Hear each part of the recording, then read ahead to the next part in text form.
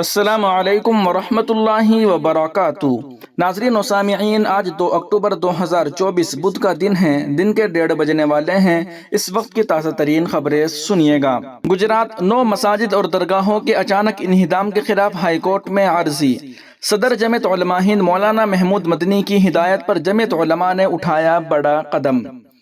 گجرات میں سومناتھ مندر کے قریب مذہبی ڈھانچوں کو منہدم کرنے کی بلڈوزر کارروائی کے خلاف جمعیت علماء ہند کی گجرات یونٹ کے اولیاء دین کمیٹی کی طرف سے گجرات ہائی کورٹ میں عرضی داخل کی ہے۔ عرضی میں کہا گیا ہے کہ یہ کارروائی غیر قانونی طور پر اور بغیر کسی نوٹس کے انجام دی گئی۔ جمعیت کے وکیل نے موقف اختیار کیا کہ ان مساجد اور قبرستانوں کو نشانہ بنا کر مسلمانوں کے حقوق کی خلاف ورزی کی گئی ہے اور اکثریتی کمیونٹی کے مندر کی توسیع کے لیے یہ سب کیا گیا ہے۔ اپیل میں سرکار کے اس اقدام کے خلاف عدالتی مداخلت کی گزارش کی گئی ہے۔ جمعیت علماء ہند کی طرف سے ایڈوکیٹ طاہر حکیم اور ایڈوکیٹ مہرت ٹھاکر عدالت میں پیش ہوئے۔ مقدمہ صدر جمعیت علماء ہند مولانا محمود مدنی کی ہدایت پر پروفیسر نثار احمد انصاری ناظم اعلیٰ جمعیت علماء گجرات کی نگرانی میں لڑا جائے گا۔ اگلی سماعت 3 اکتوبر کو ہوگی۔ واضح رہے کہ گجرات کے ضلع گیر سومناتھ میں ہفتے کے روز حکام نے سومناتھ مندر کے قریب پرابھاس پاتن علاقے میں 9 مساجد اور درگاہوں سمیت 45 مکانات کو تجاوزات کے الزام میں مسمار کر دیا۔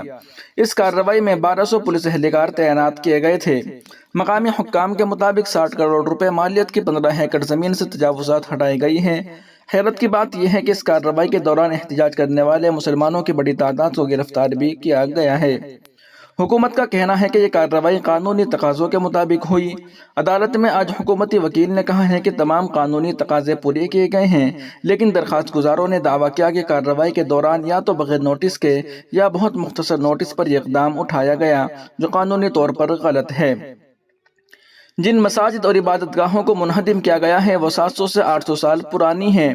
1903 میں نواب جوناگڑھ کی طرف سے قبرستان کے لیے عطا کردہ اجازت نامہ بھی موجود ہے اور انہیں وقف بورڈ کی جائیداد کے طور پر تحفظ حاصل تھا۔ گجرات سرکار کی اس کارروائی سے پورے ملک میں بے چینی پائی جا رہی ہے۔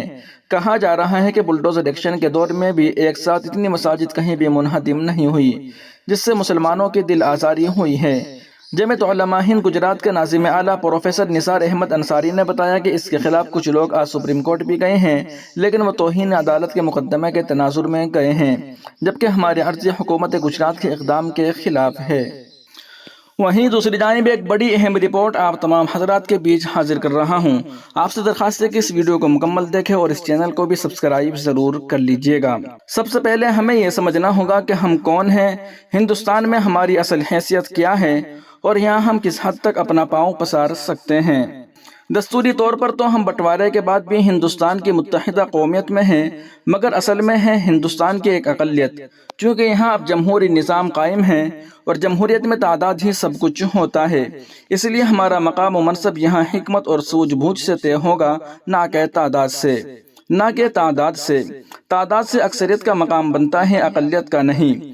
یہیں سے وہ حقیقت سامنے آتی ہے کہ کسی ملک میں اقلیت کا مقام و مرتبہ سیاست کے راستے سے طے نہیں ہو سکتا۔ سیاست میں اگر ہم پوری طرح متحد بھی ہو جائے اور ہمارے لیڈر حکومتوں کو للکارتے بھی رہیں تو بھی اس کا کوئی ٹھوس فائدہ مسلمانوں کو نہیں ملے گا، بلکہ برعکس طور پر یہ اکثریت کے لیے دلیل بنے گی۔ یاد رہے، اقلیت کی للکار سے اکثریت جاگتی ہے، اقلیت نہیں۔ اس تلخ حقیقت کو ملک کی دوسری اقلیتوں نے سمجھ لیا ہے، اس لیے انہوں نے کبھی قومی سطح پر الگ سے کوئی سیاسی پارٹی نہیں بنائی، بلکہ منسٹریم پارٹیز میں رہ کر ہی تمام سیاسی معاملوں کو طے کیا۔ مسلمانوں کی بھی کوئی سیاسی پارٹی قومی سطح پر کبھی کامیاب نہیں ہو سکی، مگر مسلم لیگ، انصاف پارٹی، مجلس اتحاد المسلمین وغیرہ نے اس کوشش میں للکارنے والا انداز اختیار کیا، جس کی وجہ سے ہندو رائے عامہ مسلمانوں کے خلاف ہو گئی۔ ہمیں سمجھنا ہوگا کہ کسی ملک میں اقلیتوں کی طاقت کا راز سیاست میں نہیں بلکہ تعمیری اور فلاحی کاموں میں ہوتا ہے، جو اپنے ملک میں تمام لوگوں کے لیے انجام دیتی ہے۔ اس کی کئی مثالیں دی جا سکتی ہیں۔ حاصل کلام یہ ہے کہ جمہوری نظام میں کسی اقلیت کے لیے سیاسی غلبہ حاصل کرنا قریب ناممکن ہوتا ہے۔ ویسے اللہ چاہے تو پھر ماضی کی تاریخ قائم ہو سکتی ہے، وَمَا ذَلِكَ عَلَى اللَّهِ بِعَزِيزٍ، لیکن اس کے لیے وہی دل گردہ ہمت اور حوصلہ درکار ہے جو کار جہاں بانی کے لیے شرط ہے۔ مسلم قومیت پر سیاست کرنے والے لیڈرز ہمیں بار بار تاکید کرتے ہیں کہ اپنی طاقت پیدا کرو، اپنی قیادت تیار کرو، اپنی پارٹی بناؤ وغیرہ۔ درحالانکہ سیاست کوئی خالی سیٹ نہیں جہاں جا کر آپ براجمان ہو جائیں۔ دنیا میں کہیں بھی کسی اقلیت کو حسب خواہش سیاسی عظمت نہیں مل سکتی، یہ ایک دم ناممکن سی چیز ہے، الا یہ کہ ملوکیت قائم ہو جائے۔ بٹوارے کے بعد اب ہمارے پاس ایک ہی آپشن رہ گیا کہ ہم صرف کنگ میکر بنیں، کنگ بننے کی خواہش دل سے نکال دیں۔ اس میں قومی سطح پر ہماری عزت بھی رہے گی، اہمیت بھی، اور سیکولر پارٹیاں ہمارے ووٹوں کی محتاج بھی رہیں گی۔ ان باتوں سے ممکن ہے کہ ہمارے بہت سے ناظرین و سامعین اتفاق نہ کریں اور وہ اس ویڈیو کو بزدلی، بے ہمتی اور بے شعوری قرار دے، اور اس ویڈیو اور فکر و نظریے کو غیر منطقی قرار دے۔ لیکن راقم الحروف کا نظریہ تقریباً یہی ہے کہ اب ملک کی تقسیم کے بعد جب مسلمان یہاں 15 یا 20% ہیں، ہندوستان میں خالص مسلم سیاست اور علیحدہ مسلم پارٹی کا قیام کسی طرح بہتر نہیں ہے۔ البتہ بعض صوبوں کے بعض حصے میں یا صوبہ کشمیر و آسام کے بعض سیٹوں پر اس کی گنجائش ہے، جہاں بعض حصوں میں مسلمان اکثریت میں ہیں اور کشمیر میں تو مسلمان ہی وزیر اعلیٰ بنتے ہیں۔ لیکن پورے ہندوستان میں اس فارمولے پر عمل کرنا اور علیحدہ مسلم پارٹی کا قیام یہ کسی طرح دانشمندانہ فیصلہ نہیں ہو سکتا۔ ملک کی آزادی اور تقسیم سے پہلے اس ملک کی نوعیت الگ تھی، لیکن اب صورتحال کچھ اور ہے۔ سیاست میں بہت کچھ تبدیلیاں حالات و واقعات کے الٹ پھیر اور ملک کی جغرافیہ اور آبادی کے کم و بیش سے آتی ہیں۔ اگر سارے مسلم کسی ایک مسلم پارٹی کے نام پر متحد ہو جائیں گے تو بتائیے ملک کے ایوان بالا اور ایوان زیری اور صوبائی اسمبلیوں میں ہمارے کتنے ممبران اور اراکین جیت کر جا سکتے ہیں اور وہاں مسلم مسائل کو اٹھا سکتے ہیں۔